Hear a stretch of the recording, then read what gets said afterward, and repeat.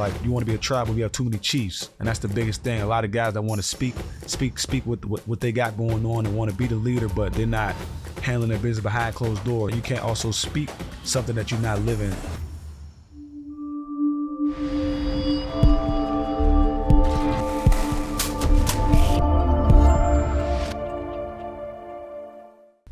What's up, everybody? This is Off the Field with Isaiah Robinson, where we teach championship mindset to athletes and entrepreneurs, because winning isn't just a goal, it's a mindset. And I got a special one for you guys today. John Morgan, how you doing today, bro? Man, I'm doing great, man. Blessed to be home for the weekend and blessed to have the opportunity to come speak on your podcast for sure. Definitely blessing for you to be here too. So John Morgan, he plays defensive end for the Patriots now. He's standing at 6'1", 252. Yes, sir. So before we dive into today's episode, your journey from college football to the NFL has been nothing but short of remarkable. So what advice do you have for the young athletes in college sports today looking to reach that professional level? Don't be afraid to ask questions. You know, you don't know everything in the world. You know, somebody has been in your shoes or gone through a process similar to what you've done. So, I mean, be a sponge. That's the biggest thing at the end of the day. I feel like being a sponge will solve a lot of problems. I had to learn that the hard way. And I mean, now at the position I'm at now, I mean, I've taken that and ran with it. So like I said, being a sponge is the biggest thing. So you said you had to learn that the hard way. How did you learn that the hard way? What happened? Just going through the process, you know, thinking I knew everything, coming from high school, you know, having that big head mindset. I felt like I never wanted to take the backseat in that regard. And I had to really learn from the older guys in the room. You know what I'm saying? They had been doing it at the highest level at that moment in time. So being a sponge, just trying to soak up everything they were teaching me, and now I can say that I'm at the new level in NFL. So you didn't just go to one college your whole career. So what influenced you to make that transfer to Arkansas from Pitt? The biggest thing was just having a new opportunity, you know, being somewhere for a good amount of time. You feel like you kind of become complacent and understanding that you feel like you became the guy at that one space, but I wanted to open up a new drive for myself. You know, it's no better place to play in the SEC. I feel like going to the NFL, that's what the NFL is looking for, guys that compete at the highest level. And if that's what they consider the highest level, that's why I wanted to go and be able to show that I can play. So how do you think playing at both schools prepared you for the NFL? It prepared me greatly. You know, I feel like being in Arkansas, that is more your typical, just strictly football. The area, the town is based on what sports is going on. And I feel like that is the true idea of what the NFL is like. You know, the fans love football. They're all the way into it. And in Pittsburgh, it's the city town. You know, it's the business, understanding, getting around people that are not just, like I said, involved with football, but involved with business, being in the community. And I feel like I got the best of both worlds with that. So when you signed with the Patriots and you got that phone call from that prestigious NFL team, what was going through your head? What was like, man, you feel like you made it? Like, what was going through your head at that time?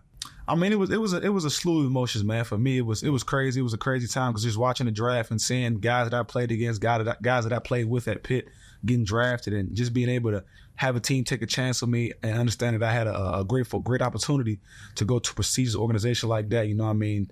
They lead the NFL in the Super Bowl, so that is definitely something I want to do, being able to experience stuff like that. So, I mean, when I got that phone call, it was nothing that I could think about, but just, you know, saying, put on the Patriots jersey and running out that tunnel for sure. So now the Patriots got a new head coach, right? And it hasn't been a black head coach in I don't know how long. Right. So how has that been for you? How has that experience? It's been amazing. You know, Coach Mayo's a great guy. He's a player's coach. You know, he played with the Patriots for most of his career and stuff like that. So he understands the daily in and out grind of what it is to be an NFL player.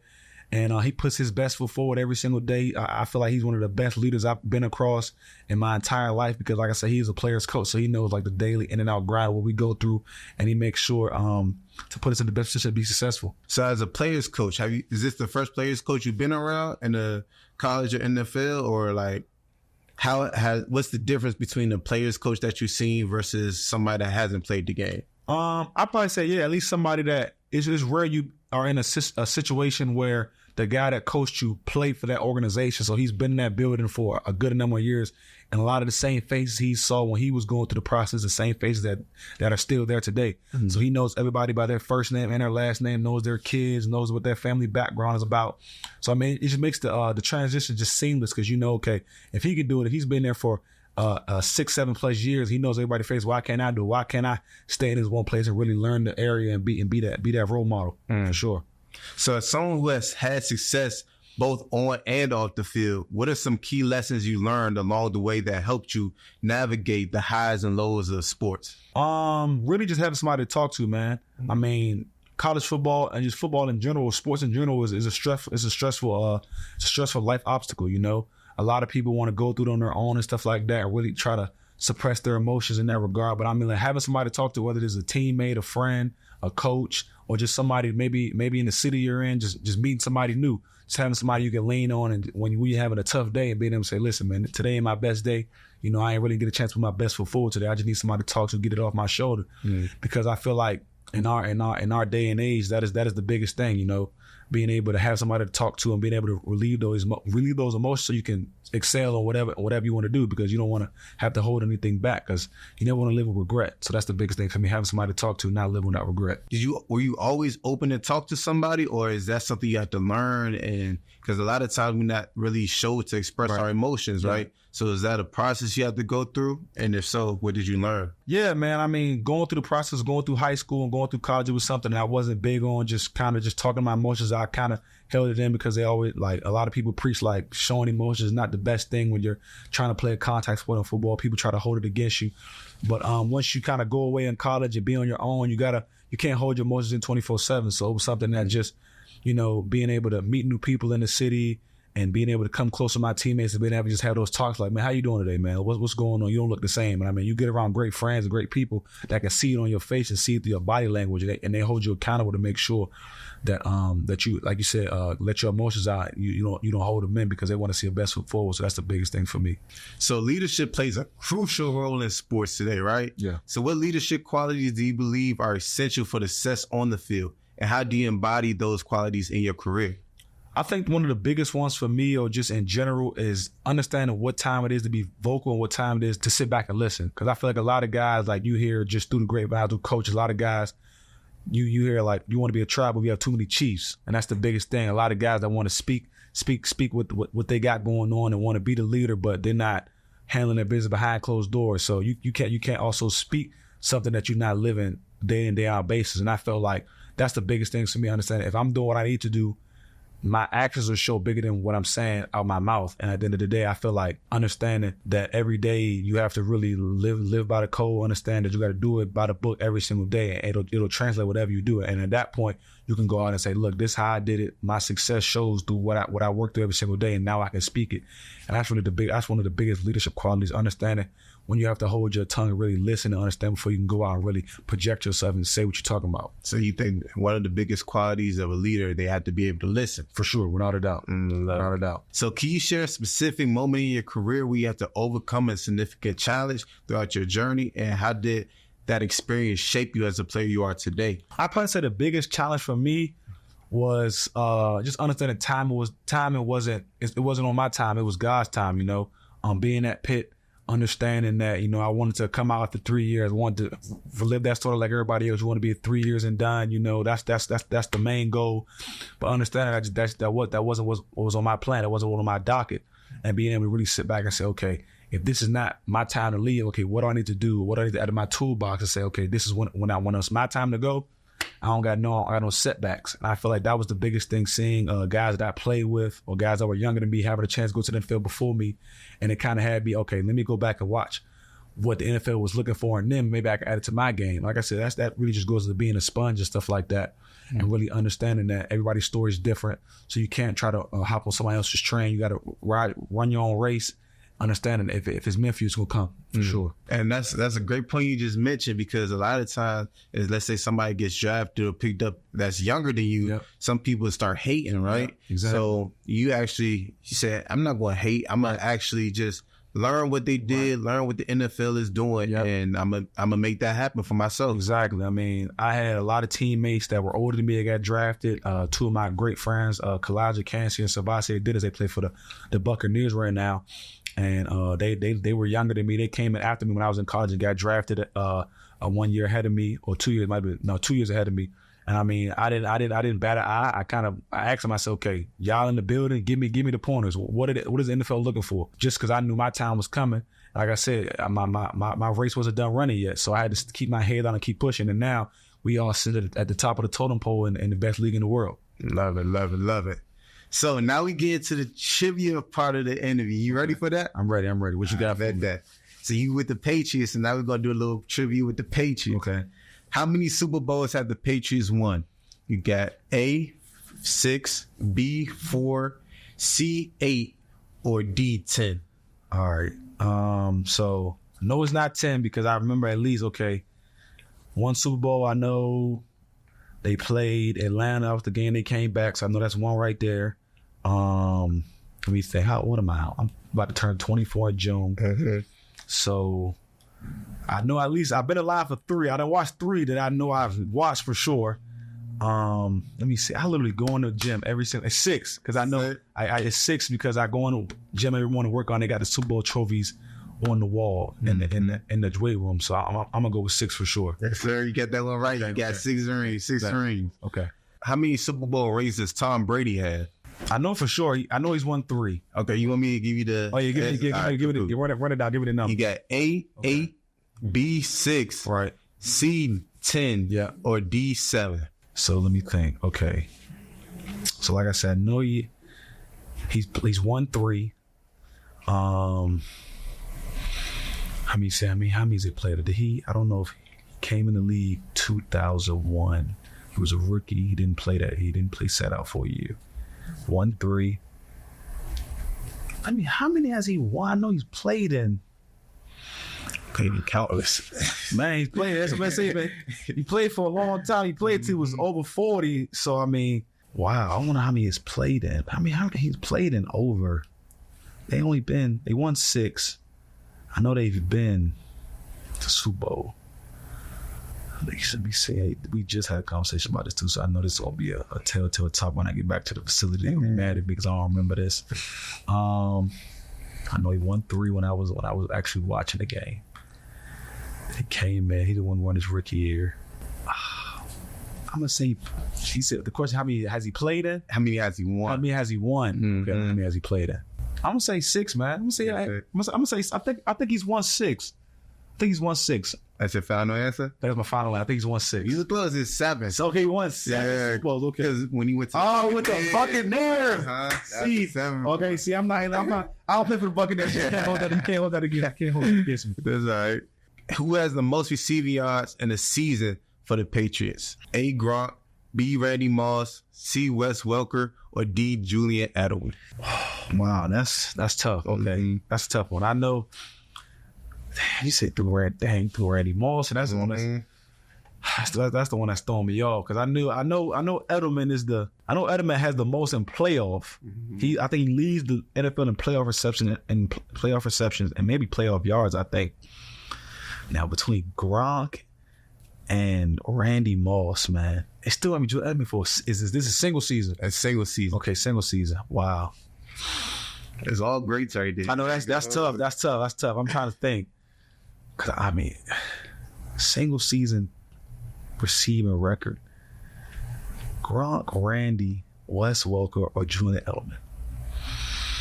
Who was getting that pill 24? Like, my gut, man. My gut is telling me Edelman or Gronk, but you can't put Randy because Randy was still in his prime when he played for the Patriots. They ain't bring him there for no reason.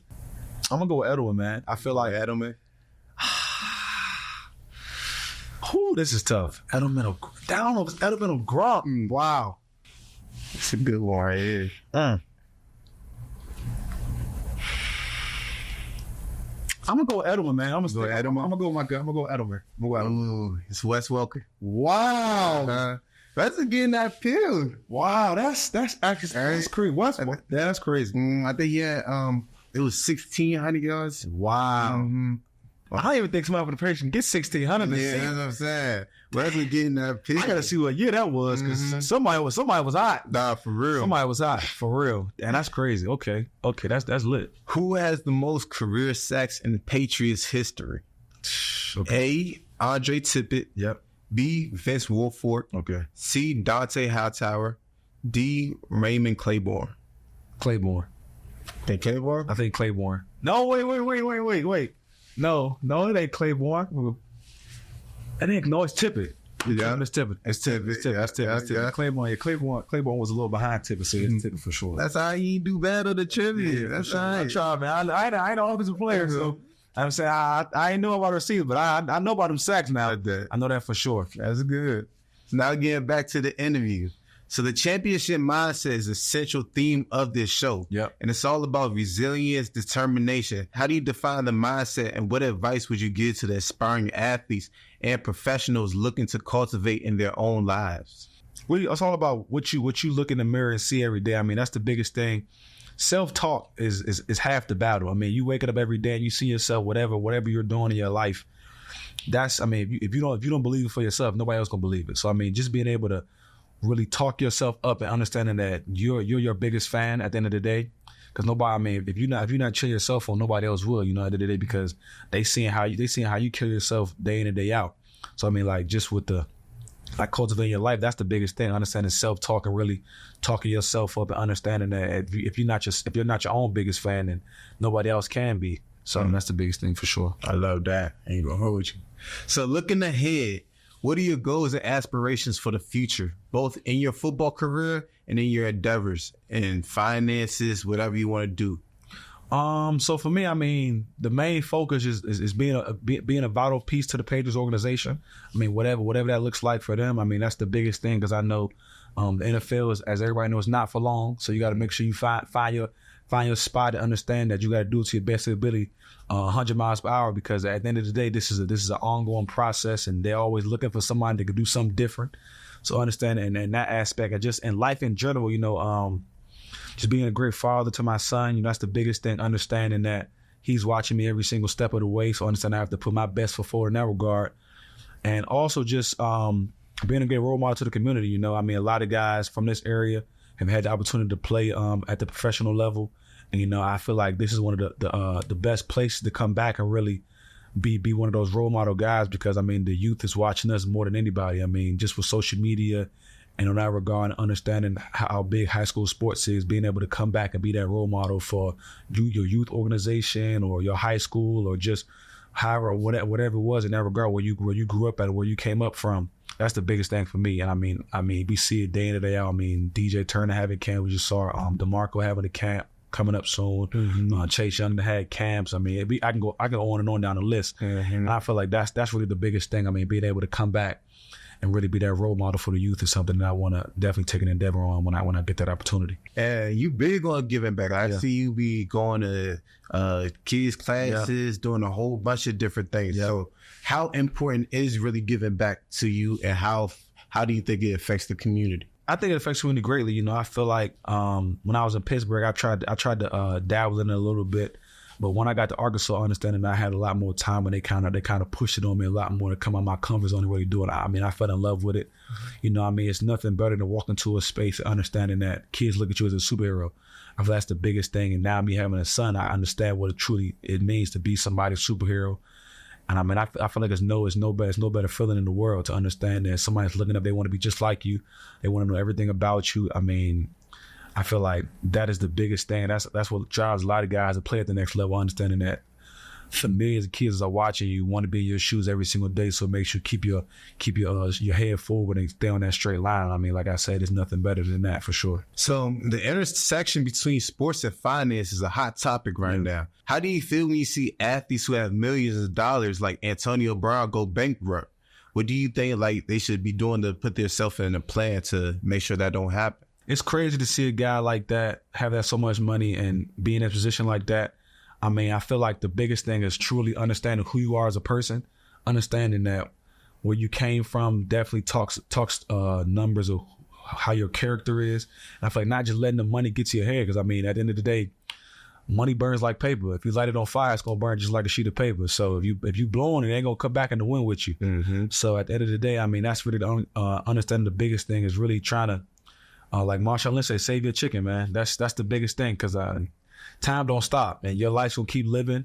And if you don't have the means to provide for yourself and provide for your family, that's the biggest thing that you can't let get ahead of yourself. Not understanding that it's bigger than just who you are as a person. It's bigger than what you want to do in your life, understanding what you have for your family's sake. And I mean, just getting a great group of people around you that can really tell you, all right, man, you tripping on this one, dog. I know this hot right now, but this might not be good 4 or 5 years down the road.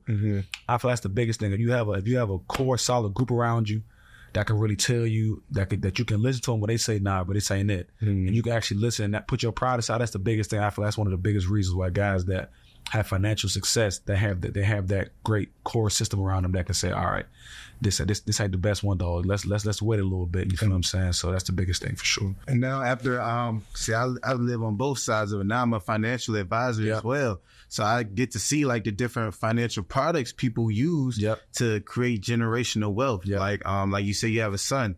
There's financial products. If you put $20, $30 a week, he could be a millionaire at the age of 30. Right. Exactly. So just understanding that you can have your fun too, right? But just have something stashed away on a weekly project because paper won't go like that, like you said. So it's just really about planning for the future and having that mindset. And that's the biggest thing that I've seen. People don't have that mindset. Not at all. Especially when you get 100K checks every week and you feel like it's always going to come. Always going to come. Right. And once that water drop in that well, you looking around asking with your hands open, people will be like, nah, you had the money, boss. Don't look around for me. So that's the biggest thing. I understand that. The checks, the check's gonna stop. You're gonna have to hang the cleats up. So you want to make sure, like you said, you put money away for that rainy day fund or just that rainy life fund. Because I mean, you don't know what's gonna happen. You go one day or 1 month might go bad, and you looking back like, okay, I'm glad I put that money away when everything was going good because I need it right now. So that's the biggest thing, like you said, just putting a little bit away. And I mean, a lot of people have the opportunity where they can create financial accounts where the money goes out before you don't even see it. So that's the biggest thing. So you're not even seeing it go away. So you're not really worrying about it. So that's great for sure. So leadership is a key in sports and finance, right? You always got to take control of your situation and you got to take control of your life. So can you share a standout moment where your leadership skills were put to the test and how did you rise to the occasion?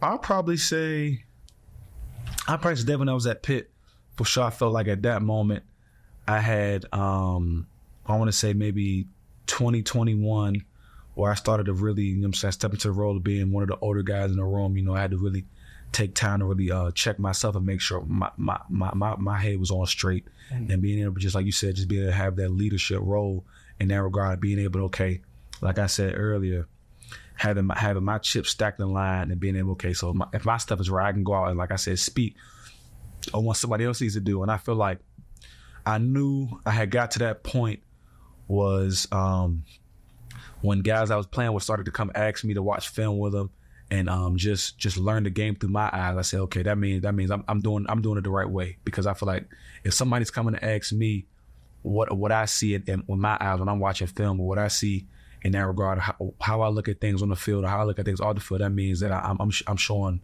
great leadership qualities on the field and off the field, that they want to follow my footsteps.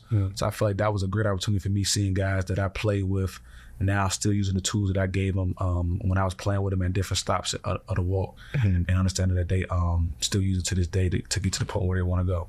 I love that.